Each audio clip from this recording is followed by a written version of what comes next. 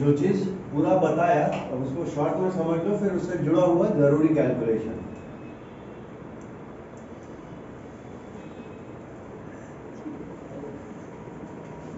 Coulomb's law क्या बोला? Vector form में पढ़ो।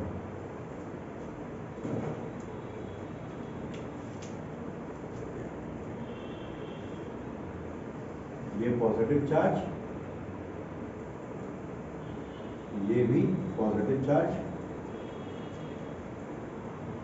ये सेंट्रल लाइन हो गई दोनों के सेंटर्स को मिलाने वाली, और ये डिस्टेंस दोनों के बीच में वन से टू की तरफ जो यूनिट वेक्टर है that is r12 cap, two से वन की तरफ जो है r21 कैप। ठीक। और अब क्या था कि Q1 जो Q2 पे फोर्स लगाएगा वो इस तरफ F21 है ना, और 2 जो 1 पे फोर्स लगाएगा वो F12। ठीक। इनका रिलेशन आपस में क्या है? R12 cap equals to minus of R21 cap, या फिर R21 cap equals to minus of R12 cap. सही ना है?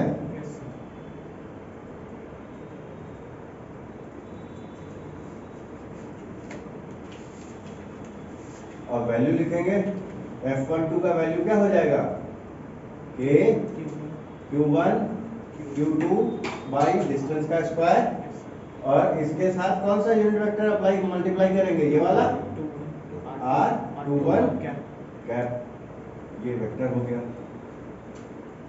इसकी value K Q1 Q2 by R square, और इस डायरेक्शन में कौन सा यूनिट वेक्टर है? ये वाला, तो R12 कैप। ठीक।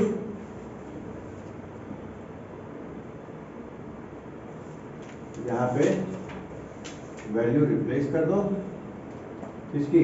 यूनिट वेक्टर की। किससे रिप्लेस हो जाएगा? माइनस ऑफ R21 कैप से,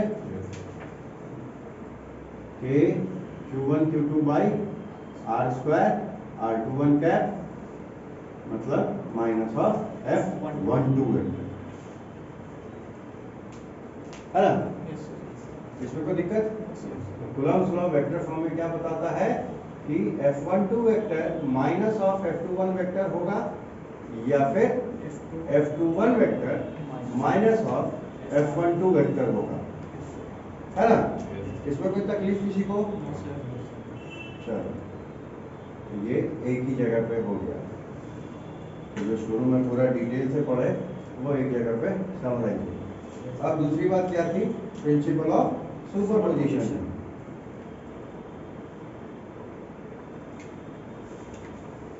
प्रिंसिपल ऑफ सुपरपोजिशन,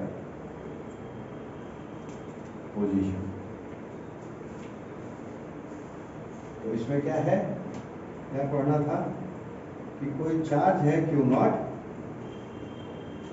इस पे हमको फोर्सेस देखने थे, इसके कारण अलग अलग मल्टीपल चार्जेस के कारण, Q1 Q2 Q3 Qn, है ना? मान लेते हैं एक और यहाँ पे Q4 भी दे दिया।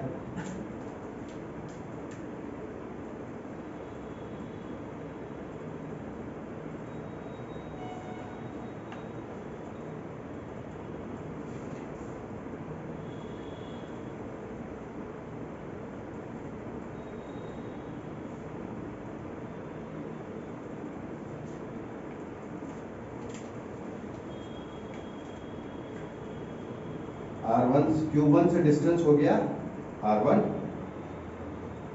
ये Rn है, ये R4 है, ये R3 है, ये R2 है, ये डिस्टेंसेस को यूनिट वेक्टर्स मेंशन कर देते हैं इसी फिगर में। इधर से इधर यूनिट वेक्टर क्या लिखेंगे? R1 कैप, है ना? इधर डायरेक्शन में यूनिट वेक्टर क्या लिखेंगे? R2 cap. इधर डायरेक्शन में यूनिट वेक्टर क्या लिख सकते हैं? R3 cap. इधर 4 कैप और इधर आर एन कैप।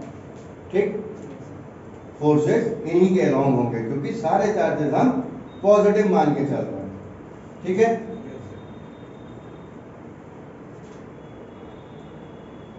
तो नेट कहो या रिजल्टेंट कहो, फोर्स किस पे, क्यू नॉट पे क्या हो जाएगा, F1 vector, F2 vector and so on.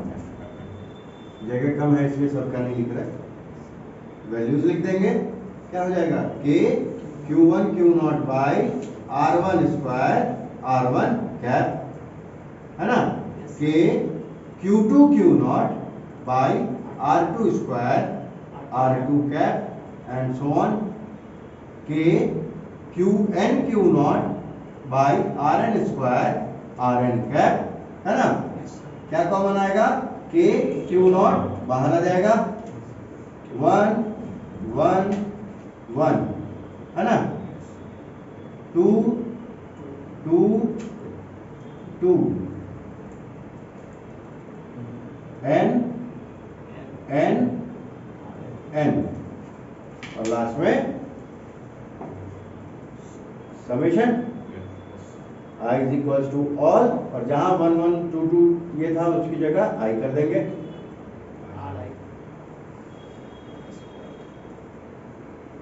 ठीक, इसी की वैल्यू कैलकुलेट करने के लिए क्या बोला कि वेक्टर एडिशन के लॉज को यूज करेंगे। ठीक, तो जो लॉ तुमको यूज है वो है parallelogram law of vector addition. तो अब इसको ध्यान से समझना है, पैरेललोग्राम लॉ, है ना। ये क्या कहता है, ये कहता है कि अगर हमारे पास दो वेक्टर्स हैं, एक है ये ए वेक्टर,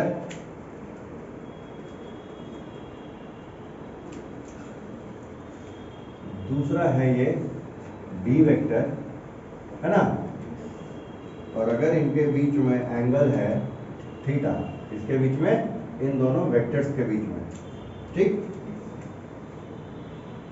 तो जो रिजल्टेंट वेक्टर होगा, मान लिया सी वेक्टर, वो क्या है, वो डायगोनल होगा इस पैरेललोग्राम का, है ना। यही क्या देगा, इन दोनों वेक्टर्स का सम देगा।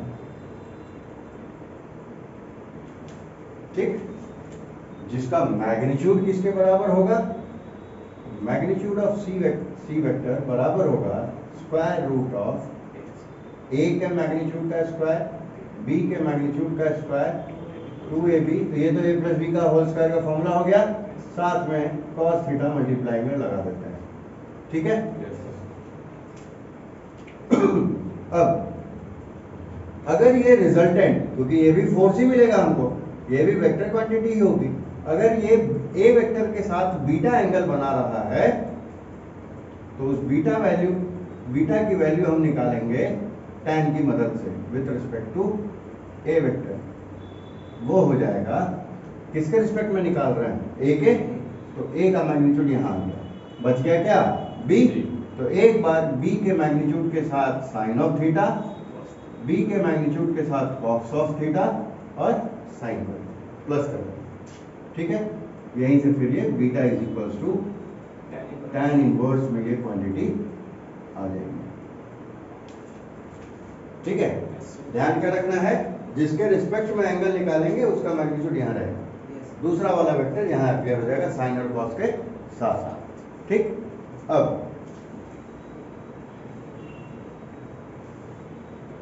चूंकि cos 0 क्या होता है, 1 होता है, cos 0 1 होने का मतलब है कि दोनों वेक्टर्स एक ही डायरेक्शन में है, तो इस केस में जो c का मैग्नीट्यूड होगा वो सिंपली a प्लस बी हो जाएगा, दोनों वेक्टर्स के मैग्नीट्यूड सम हो जाएंगे। कैसे, तो देखो cos 0 1, तो ये क्या हो जाएगा, a square plus B square plus 2ab, ये पूरा रिप्लेस हो जाएगा a प्लस बी के होल स्क्वायर में, वो स्क्वायर इस स्क्वायर रूट से टर्मिनेट हो जाएगा, बचेगा सिर्फ a प्लस बी। अगर cos 180 डिग्री होता, मतलब A वेक्टर है इस तरफ, B वेक्टर है इस तरफ, तो cos 180 क्या होता है? -1 होता है। इस केस में जो C का मैग्नीट्यूड होगा वो या तो A माइनस बी होगा या B माइनस A होगा, क्योंकि स्क्वायर रूट से जब बाहर आएगी क्वांटिटी तो वो तो प्लस माइनस दोनों साइन के साथ हो सकती है। ठीक है, तो यहाँ हमको अपना इंटेलिजेंस यूज करना होगा कि अगर A वेक्टर का मैग्नीट्यूड बड़ा है तब A माइनस बी करेंगे, और अगर B का मैग्नीट्यूड बड़ा है तो B माइनस A करेंगे। ठीक है, इस केस में C का जो डायरेक्शन होगा वो इसके अलोंग होगा, बड़े वाले के अलोंग, और इस केस में C का डायरेक्शन B इस बड़े वाले के अलोंग होगा, मतलब जो बड़ा है उसी की तरफ रिजल्टेंट होगा। ठीक है, इसके अलावा जो भी हैं वो 90 वाले हैं, 60 वाला है, 120 वाला है, अपना वो हिसाब से मेन ये दो मेन है। ठीक है, अब देखो कि ये यूज कैसे होगा, तो उसके लिए एक एग्जांपल देख लो।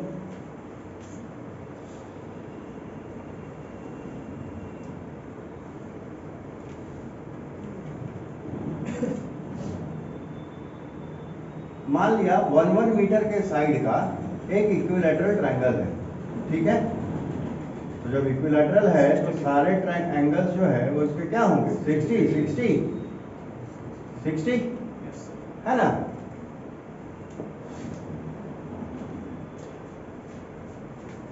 इस केस में यहां मान लिया 2 कूलम का चार्ज, यहां मान लिया -3, यहां भी मान लिया -3। ठीक है, यही सिचुएशन एक और डिस्कस कर लेते हैं एग्जांपल में।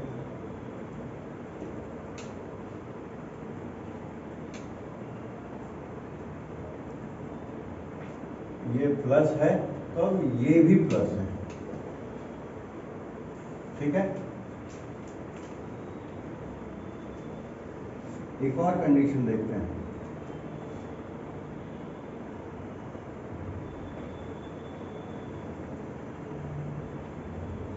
ये प्लस है, ये प्लस है, लेकिन ये भाई साहब माइनस है। ठीक, ये इसी टाइप की सिचुएशंस हमको न्यूमेरिकल्स में मिलेंगे। ठीक है, इक्विलैटरल ले रहे हैं इसलिए 60 60 60 60 60। ठीक, तो सुपरपोजिशन प्रिंसिपल लगाने के लिए न्यूमेरिकल्स में दो सिंपल स्टेप्स हैं। पहला, हमको पहले देखना होगा कि किस चार्ज पे फोर्स पूछा। ठीक है, तो मान लिया कि तीनों केसेस में इसी चार्जेस पे फोर्स को पूछा गया है। ठीक है, मतलब इन दोनों के कारण इस पे, इन दोनों के कारण इस पे, इन दोनों के कारण इस पे।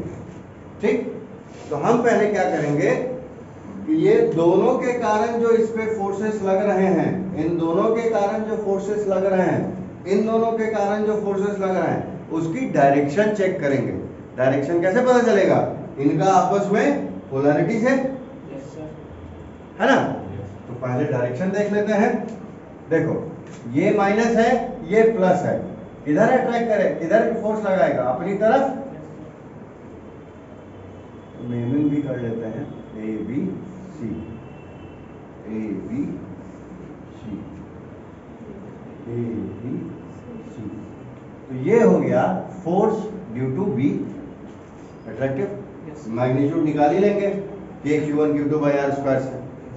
ठीक है, इसके कारण इस पे फोर्स किधर होगा? अगेन अट्रैक्टिव, क्योंकि ये नेगेटिव पोलैरिटी है, ये प्लस है, तो ये हो गया force due to C. Magnitude again निकाल लेंगे K Q1 Q2 by are square से। ठीक है, साइड दिया रहेगा। अब देखो, अब हमको क्या करना है? इन दोनों का रिजल्टेंट पता करना है। तो ऑब्वियसली हमको थीटा पता होना चाहिए, तो थीटा है पता, क्योंकि इक्विलैटरल ट्रायंगल था, तो दोनों फोर्सेस के बीच का एंगल कितना? 60 डिग्री।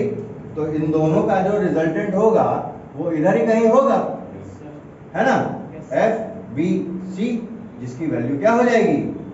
अंडर रूट में एफ बी का स्क्वायर एफ सी का square twice of F B F C cos 60 degree.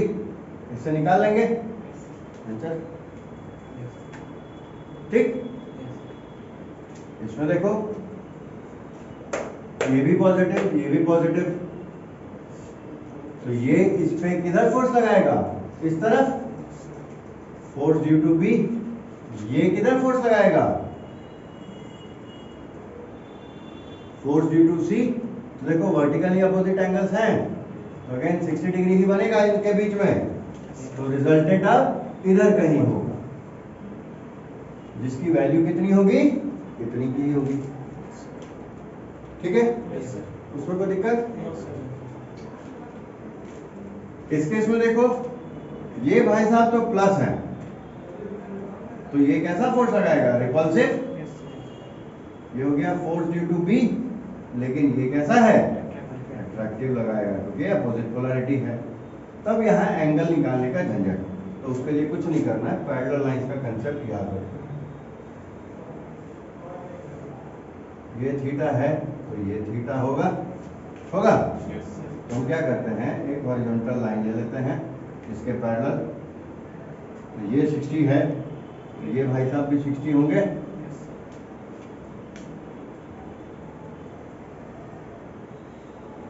और ये थीटा है तो ये भी थीटा होगा, तो ये 60 है तो ये भी 60 होगा। ओवरऑल कितना हो जाएगा, 120 डिग्री।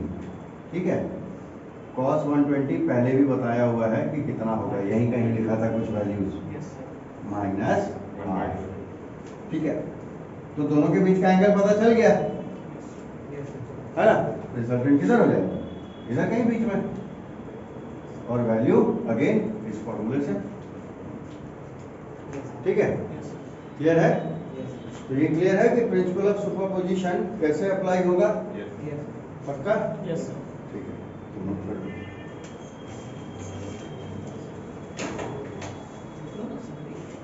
लिख लो, सब फायदा इतनी बार लिखो।